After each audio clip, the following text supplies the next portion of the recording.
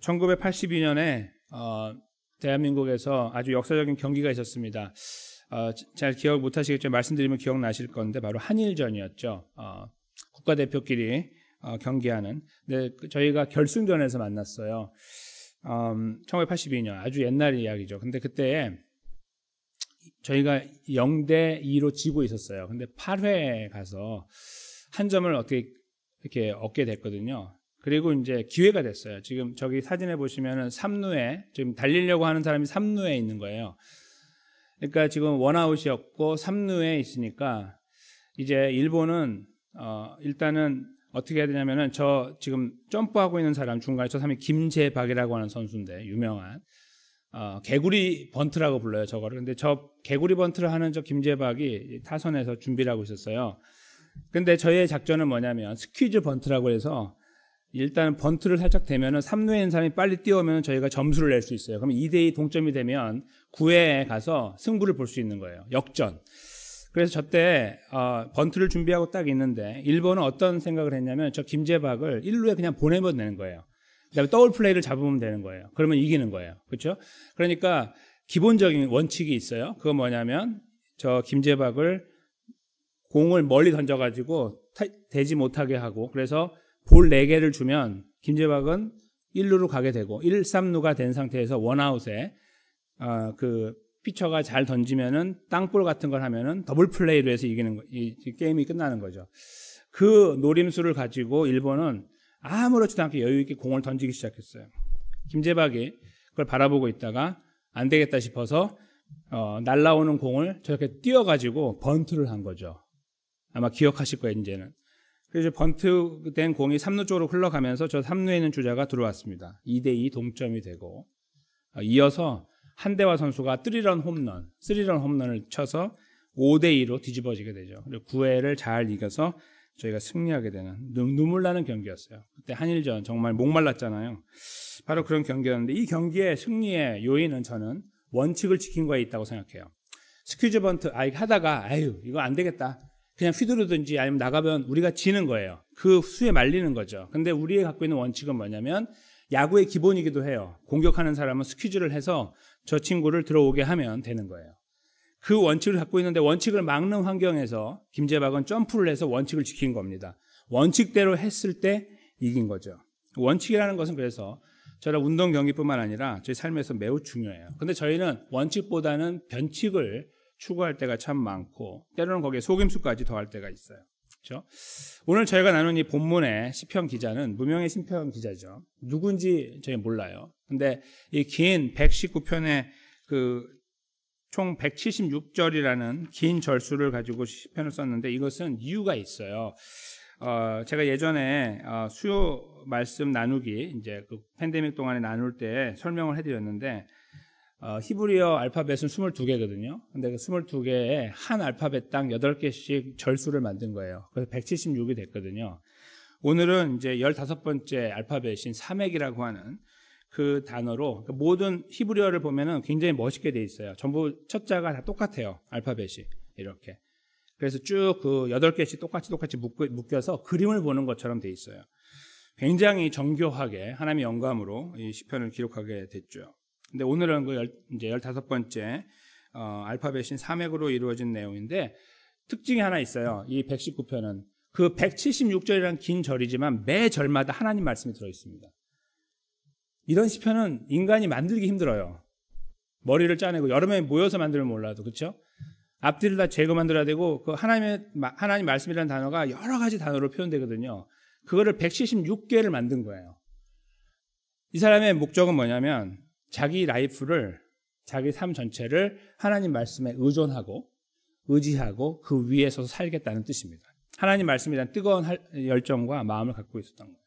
그래서 하나님 말씀을 붙잡고 살겠다는 것을 176절 내내 표현하고 있다는 것이 놀라운 것이죠. 오늘 그 내용을 잠깐 보면요. 오늘 내용은 이렇게 볼 수 있어요. 뭐냐면 한쪽에는 변칙을 원하고 속임수를 두고 그 다음에 오늘 본문에 제일 앞에 나와 있는 것처럼 두 마음을 품고 또 행악을 행하며 살아가는 사람들이에요. 이런 사람들이 한편에 있고 그 반대편에 이 시편 기자가 서 있는데 이 시편 기자는 원칙을 지키는 거예요. 그 원칙은 뭐냐면 하나님의 말씀이에요.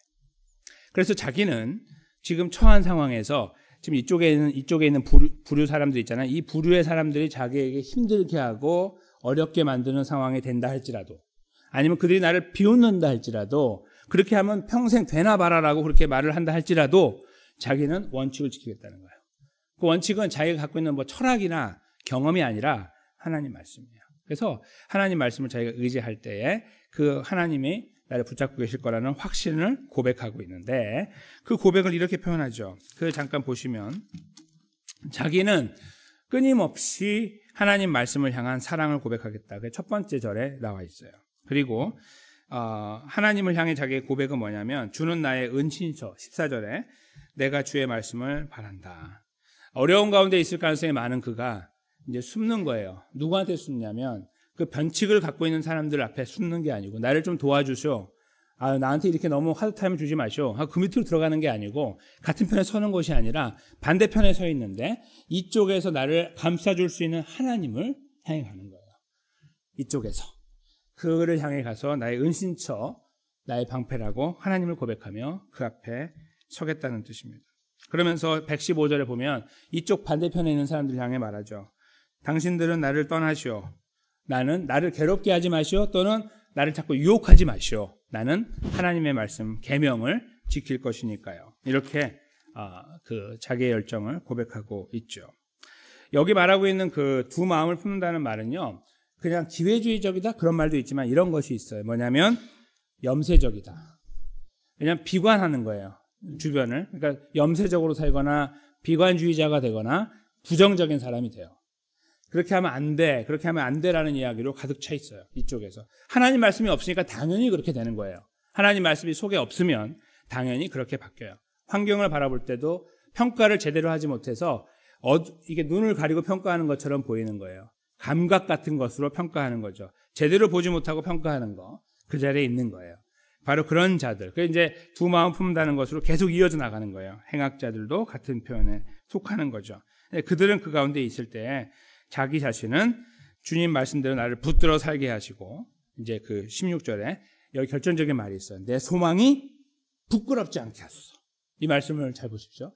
지금 이 사람이 갖고 있는 소망은 하나님을 붙잡고 말씀을 의지하고 사는 거예요. 하나님을 붙잡는다는 다른 표현은 말씀에 서 있는 거예요. 말씀을 붙잡고 간다 이 말인데, 저쪽에서는 나를 바라보면서 비웃을 준비를 하고 있어요. 조롱할 준비를 하고 있거든요. 근데 그것이, 그거 봐라 내가 뭐라고 했냐, 꼴 좋다라고 하는 말을 듣고 싶지 않은 거예요. 이 시편 기자가. 그래서 하는 말이 뭐예요? 내가 갖고 있는 소망이 진짜라고 좀 알려주십시오.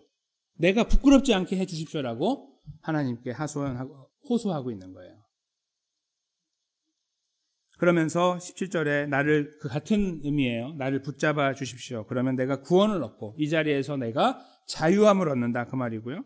주의 율례들을 항상 내가 기억하고 지키겠습니다. 지금까지 내가 붙잡고 왔던 이 원칙이 맞다는 것을 하나님이 증명해 주신다면 내가 앞으로 당연히 그 자리에서 흔들리지 않고 가겠습니다. 이런 말입니다.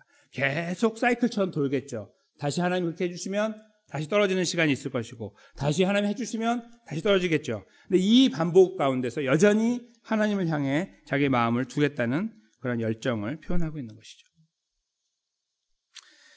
그러면서 반대쪽에 있는 자들, 이제 원칙이 아닌 변칙을 추구하는 자들을 율례를 떠나는 자들이라고 표현하고 있습니다. 하나님은 그들을 다 멸시하셨다. 그리고 그들이 하고 있는 생각들을요, 변칙을 뭐라고 표현하냐면 속임수라고 표현해요. 그건 다 허무하다. 그들이 추구하고 있는 것들은 다 허무한 속임수에 불과하다라고 고백을 하고 있어요. 그러겠죠. 정말 하나님 말씀이 없는 인간의 어떤 계략, 생각, 그런 것들은 사실은 다 물거품과 같은 거죠. 대단해 보이지만 시간이 지나면 아무것도 아닌 다 사라져버리는 것과 같은 것이겠죠. 하나님이 그렇게 해나가 주시고 계신다는 거예요. 그리고 그 다음 절에 보세요. 그들을 어떻게 하냐면 찌꺼기처럼 버리시는 거예요. 그 악인들을. 그렇기 때문에 내가 주의 증거들을 사랑하게 됩니다. 내가 그것을 눈으로 바라보고 있으니, 이제 지금 이 기도의 끝자락에서 보는 거예요. 하나님, 내 소망이 진짜라는 걸 증명해 주십시오. 말을 했는데 하나님 그렇게 하고 계시는 것을 보면서, 행악자들을 정리해 나가시고 길을 열어 나가시고 나에게 자유를 주시는 과정을 보면서, 그렇지, 내가 올바른 길에 서 있지라고 하며 여전히 하나님 말씀을 의지하겠다는 뜻입니다. 그리고 그 끝자락에서 그는 하나님이 두렵고 그 하나님의 심판이 두려운 거예요. 이것은 부정적인 의미라고 생각하지 않아요. 저는 어떻게 보냐면 저들을 심판했잖아요. 지금 저쪽에 있는 자들을 그걸 바라보면서 하나님을 인정하는 거예요. 두려워한다는 말은 다른 표현은 인정한다는 뜻이거든요.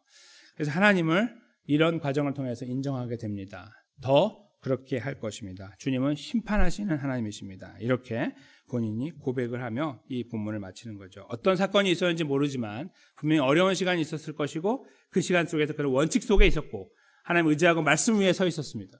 반대편에 어렵고 힘들게 만드는 그 분들과 상황들 앞에서 흔들흔들했지만 하나님 제발 저를 도와주세요 라고 기도하며 하나님 앞에 섰을 때 하나님께서 굳건하게 붙잡아 주실 뿐만 아니라 반대편을 정리해 나가시는 것들을 보면서 하나님이 살아계심을 알고 그는 더욱 굳세게 하나님 말씀을 의지하고 신뢰하겠다라는 열정을 갖게 된 거죠.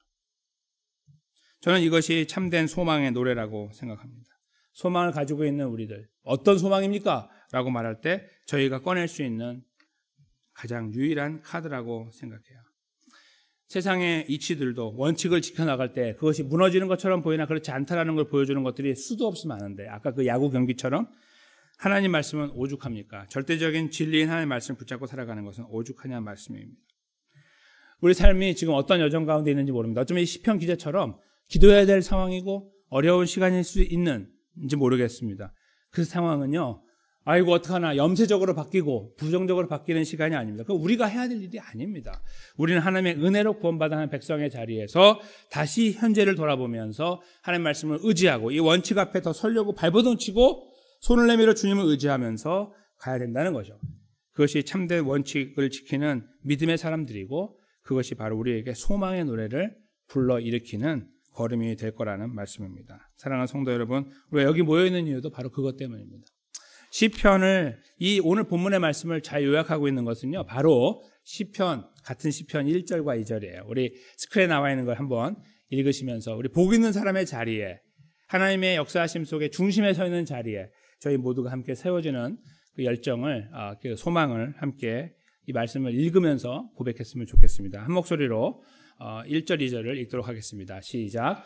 복 있는 사람은 악인들의 꾀를 따르지 아니하며 죄인들의 길에 서지 아니하며 오만한 자들의 자리에 앉지 아니하고 오직 여호와의 율법을 즐거워하여 그 율법을 주야로 묵상하는도다. 아멘.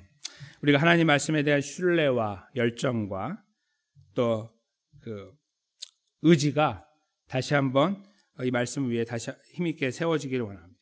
그리고 그 위에서 우리의 기도의 내용들도 풍성해지고 깊어지고 넓어지기를 원합니다. 특별히 이렇게 뭔가 구름을 잡는 그런 내용이 아니라 우리 삶의 지금 현실 속에서 마땅히 기도해야 될 어려운 일들, 어떤 행악자들 앞에 서 있는 것 같은 느낌, 그들의 조롱 앞에 서 있는 것 같은 느낌, 그들의 속임수 앞에 힘들어하는 것 같은 느낌, 그래서 어떤 사람이건 환경이건 그런 상황 속에 만약에 우리가 있다면 바로 이 말씀을 의지해서 이 살아있는 하나님의 말씀을 의지해서 하나님 앞에 더 가까이 나아가야 되는 시간입니다. 두려워 떨며 주저앉고 그냥 에라 모르겠다 하는 시간이 아니라 그때가 바로 하나님을 신뢰하며 나아갈 때입니다. 그래, 지금까지 경험해왔던 바로 그 하나님 말씀입니다. 그때 우리는 하나님 앞에서 사람들 앞에서 소망의 노래를 마음껏 목 놓아 부를 수 있게 될 것입니다. 사랑하는 성도 여러분, 우리에게 있는 소망은 무엇입니까? 소망의 내용들을 잘 생각하고 이 기도의 시간 속에 어쩌면 우리가 잘못되어 있는 소망 앞에서 그것이 소망이라고 붙잡고 있을 수 있는데 그런 것들 앞에서 돌이켜서 이 시편 기자가 추구하고 있는 것처럼 유일한 원칙이 되신 하나님 말씀을 의지하고 묵상하고 그 말씀 위에서 기도하며 우리들의 걸음을 온전하게 의탁하게 되어질 때 나타나는 하나님의 신실하신 은혜들, 우리를 돌보시고 문제를 해결하시고 우리를 이끌어 나가시는 그 신실하심을 더 거듭해서 경험하며 누려나가게 되시기를, 바로 오늘 이 기도의 시간들도 그 중에 한 시간이 되어지고 또 우리의 모든 짐들을 주님께 맡겨드릴 때 오는 위로와 평안과 소망, 그리고 실제로 일어나가신 하나님의 역사하심들을 목도하게 되는 자리에 사랑하는 성도님들과 제가 견고하게 세워지고 오늘 이 시간 속에 그 즐거움을 누리게 되시기를 예수님의 이름으로 간절히 축원합니다.